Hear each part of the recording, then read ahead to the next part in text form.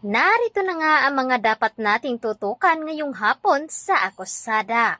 Agad na nga pumayag itong si Caroline na magiging sila nga dito ni Dennis upang magiging masaya naman ito dahil nararamdaman dito ni Carol na magiging karapat-dapat nga daw itong si Dennis sa kanya.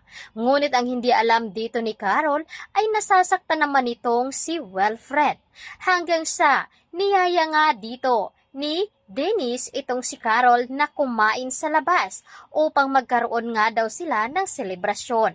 Habang nasa labas nga sila at kumain ay dito na nga mukhang natahimik nga itong si Carol dahil muli na naman nanunumbalik kay Carol ang kanilang nakaraan dito ni Wilfred.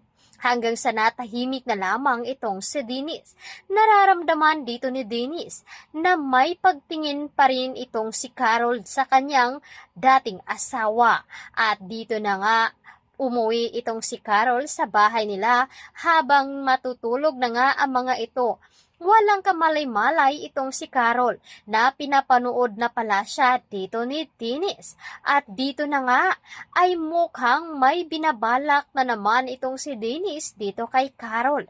Dahil hindi na nga daw hahayaan ni Dennis na mawala pa sa kanya itong si Carol. At dito nga nakalabas na nga ng kulungan itong si Ronnie. Kaya lapis naman na ipinagtataka dito ni Wilfred kung paano nga daw ito nakalaya at nakapag-veil nga daw ito. Kaya unti-unti na ngang matutumbok dito ni Wilfred kung sino nga ba talaga ang tunay na may kasalanan sa pagpaslang sa kanyang asawa na si Joy.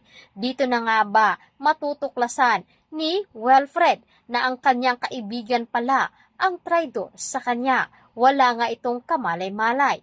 Kaya tutukan natin ito ngayong hapon. Dito lamang sa Akusada. Maraming salamat!